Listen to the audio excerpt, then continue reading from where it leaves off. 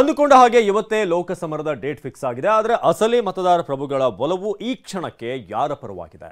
ಇದೇ ಪ್ರಶ್ನೆಗೆ ಉತ್ತರ TV9 ಪೀಪಲ್ಸ್ ಇನ್ಸ್ಟಾ ಸೈಟ್ ಹಾಗೇನೆ ಪೋಲ್ಸ್ಟಾಟ್ ನಡೆಸಿದಂಥ ಸರ್ವೆಯಲ್ಲಿ ಸಿಕ್ಕಿದೆ. ಯಾವ ರಾಜ್ಯದಲ್ಲಿ ಯಾರು ಎಷ್ಟು ಕ್ಷೇತ್ರಗಳನ್ನ ಗೆಲ್ತಾರೆ ಅನ್ನೋದು TV9 ನಡೆಸಿದಂಥ ಸಮೀಕ್ಷೆಯಲ್ಲಿ ಗೊತ್ತಾಗಿದೆ. ಅಷ್ಟಕ್ಕೂ ಎಲ್ಲಿ ಯಾರ ಪರವಾಗಿ ಜನರ ಒಲವಿದೆ ಬನ್ನಿ ನೋಡೋಣ.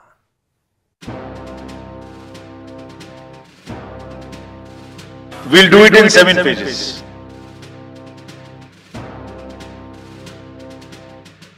और पूरी कंट्री में 4 जून को काउंटिंग की.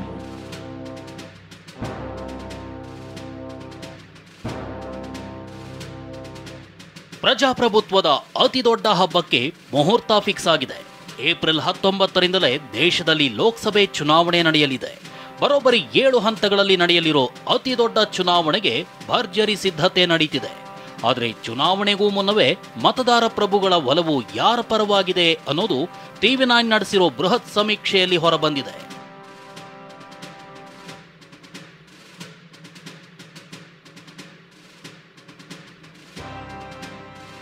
ಮೋದಿ 400+ ಗುರಿ ಕಟ್ಟಿ ಹಾಕುತ್ತಾ ಇಂಡಿಯಾ ಮೈತ್ರಿಕೂಟ. ಮೆಗಾ ಸರ್ವೆಯಲ್ಲಿ ಮತದಾರ ಪ್ರಭುಗಳ ಒಲವು ಹೇಗಿದೆ? TV9 people's insight ಪೋಲ್ಸ್ಟಾಟ್ survey. ಇದು ದೇಶದ ಅತಿ ದೊಡ್ಡ ಸಮೀಕ್ಷೆ. 2024ರ ಲೋಕಸಭೆ ಚುನಾವಣೆಗಾಗಿ ನಿಮ್ಮ TV9 ಮತ್ತು ಪೀಪಲ್ಸ್ ಇನ್ಸೈಟ್ ಪೋಲ್ಸ್ಟಾಟ್ ಸರ್ವೆ ನಡೆಸಿದೆ. ಜನರ ನಾಡಿ ಮಿಡಿತ ಹಾಗೂ ಜನರ ಒಲವು ಏನು ಅನ್ನೋದು ಸಮೀಕ್ಷೆಯಲ್ಲಿ ಬಹಿರಂಗಗೊಂಡಿದೆ. ದೇಶದ 20 ಲಕ್ಷ ಜನರಿಂದ ಅಭಿಪ್ರಾಯ ಸಂಗ್ರಹಿಸಲಾಗಿದೆ. ಅಂದ್ರೆ ಲೋಕಸಭೆಯ 543 ಕ್ಷೇತ್ರ ಹಾಗೂ 4123 ವಿಧಾನಸಭಾ ಕ್ಷೇತ್ರಗಳ ಮತದಾರರಿಂದ IVR ಅಂದ್ರೆ ಫೋನ್ ಮೂಲಕ ಮಾತನಾಡಿ ಡೇಟಾ ಸಂಗ್ರಹಿಸಿತ್ತು. ಫೆಬ್ರವರಿ 15ರಿಂದ ಮಾರ್ಚ್ 15ರವರೆಗೆ ನಡೆದ ದೊಡ್ಡ ಸರ್ವೆಯಲ್ಲಿ ಮತದಾರರ ಒಲವು ಬಹಿರಂಗಗೊಂಡಿದೆ.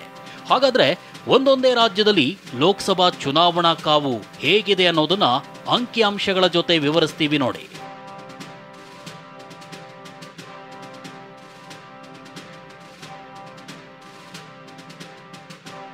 ಸಮೀಕ್ಷೆ ಪ್ರಕಾರ ಉತ್ತರ ಪ್ರದೇಶದಲ್ಲಿ NDA ಮೈತ್ರಿಕೂಟಕ್ಕೆ ಮತದಾರರು ಜೈ ಹೋ ಅಂದಿದ್ದಾರೆ. 80 ಕ್ಷೇತ್ರಗಳಿರುವ ಉತ್ತರ ಪ್ರದೇಶದಲ್ಲಿ ಬರೋಬ್ಬರಿ 73 ಕ್ಷೇತ್ರಗಳಲ್ಲಿ NDA ಭರ್ಜರಿ ಗೆಲುವು ದಾಖಲಿಸಲಿದೆ ಅಂತ ಸಮೀಕ್ಷೆಯಲ್ಲಿ ಗೊತ್ತಾಗಿದೆ. ಆದರೆ ಇಂಡಿಯಾ ಮೈತ್ರಿಕೂಟ ಕೇವಲ 7 ಕ್ಷೇತ್ರಗಳಲ್ಲಿ ಗೆಲ್ಲುತ್ತೆ ಅಂತ ಸಮೀಕ್ಷೆ ಹೇಳ್ತಿದೆ.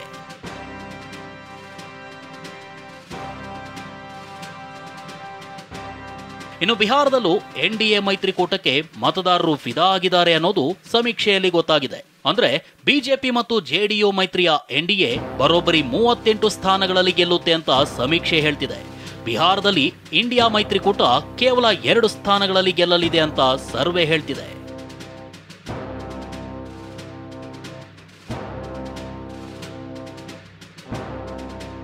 ಇನ್ನು ಪಂಜಾಬ್ ವಿಷಯಕ್ಕೆ ಬಂದ್ರೆ ಕೇಜ್ರಿವಾಲ್ ನೇತೃತ್ವದ ಆಪ್ಗೆ ಮತದಾರರು ಮನಸೋತಿದ್ದಾರೆ. ಇರುವ 13 ಕ್ಷೇತ್ರಗಳಲ್ಲಿ ಆಪ್ ಬರೋಬ್ಬರಿ 11 ಕ್ಷೇತ್ರಗಳಲ್ಲಿ ಗೆಲುವು ದಾಖಲಿಸಲಿದೆ ಅಂತ ಸಮೀಕ್ಷೆ ಹೇಳ್ತಿದೆ. ಅತ ಬಿಜೆಪಿ ಕೇವಲ 2 ಸ್ಥಾನಗಳಲ್ಲಿ ಮಾತ್ರ ಗೆಲುವು ದಾಖಲಿಸೋ ಸಾಧ್ಯತೆ ಇದೆ.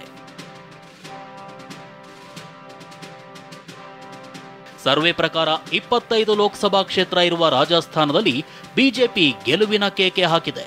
ಬರೋಬ್ಬರಿ 24 ಕ್ಷೇತ್ರಗಳಲ್ಲಿ ಬಿಜೆಪಿ ಗೆಲುವು ದಾಖಲಿಸೋ ಸಾಧ್ಯತೆ ಇದೆ. ಆದರೆ ಕಾಂಗ್ರೆಸ್ ಮಾತ್ರ ರಾಜಸ್ಥಾನದಲ್ಲಿ ಅಕೌಂಟ್ ಓಪನ್ ಮಾಡಿಲ್ಲ.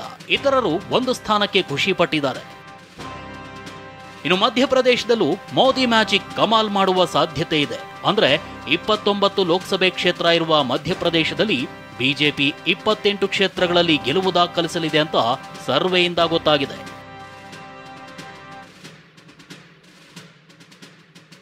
ಇನ್ನು ಪ್ರಧಾನಿ ಮೋದಿ ತವರು ರಾಜ್ಯ ಗುಜರಾತ್ನಲ್ಲೂ ಬಿಜೆಪಿ ವೈಟ್ ವಾಶ್ ಮಾಡಿದೆ.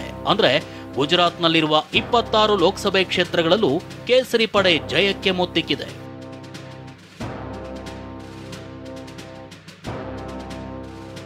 ಇನ್ನು ಕರ್ನಾಟಕದಲ್ಲೂ ಬಿಜೆಪಿ ಮೇಲೆ ಮತದಾರರು ಒಲವು ತೋರಿದ್ದಾರೆ ಅನ್ನೋದು ಸಮೀಕ್ಷೆ ಮೂಲಕ ಗೊತ್ತಾಗಿದೆ. ಒಟ್ಟು 28 ಲೋಕಸಭಾ ಕ್ಷೇತ್ರಗಳ ಪೈಕಿ 22 ಕ್ಷೇತ್ರಗಳಲ್ಲಿ ಬಿಜೆಪಿ ಗೆಲುವು ದಾಖಲಿಸಲಿದೆ ಅಂತ ಸರ್ವೆ ಹೇಳ್ತಿದೆ. ಇನ್ನು 5 ಸ್ಥಾನದಲ್ಲಿ ಕಾಂಗ್ರೆಸ್ ಮತ್ತು 1 ಸ್ಥಾನದಲ್ಲಿ JDS ಅಭ್ಯರ್ಥಿ ಜಯಗಳಿಸುತ್ತಾರೆ ಅನ್ನೋದು ಸಮೀಕ್ಷೆ ಮೂಲಕ ಗೊತ್ತಾಗಿದೆ.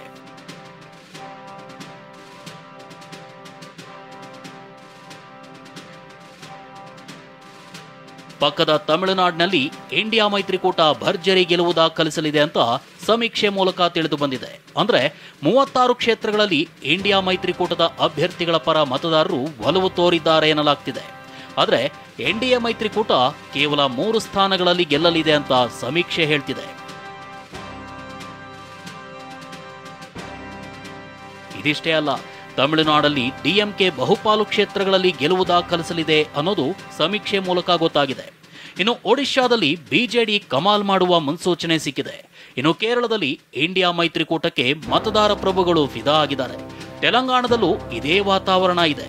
ಹೀಗೆ ದೇಶದ 31 ರಾಜ್ಯ ಹಾಗೂ 8 ಕೇಂದ್ರಾಡಳಿತ ಪ್ರದೇಶಗಳಲ್ಲಿ ನಡೆದ ಮೆಗಾ ಸರ್ವೆಯಲ್ಲಿ ಮತದಾರ ನುಡಿದ ಭವಿಷ್ಯ ಮತ್ತೊಂದು ಇತಿಹಾಸ ನಿರ್ಮಾಣ ಮಾಡುವ ಮುನ್ಸೂಚನೆ ನೀಡುತ್ತಿದೆ. ಸೆಂಚುರಿ ದಾಟುತ್ತಾ ಇಂಡಿಯಾ ಮೈತ್ರಿಕೂಟ.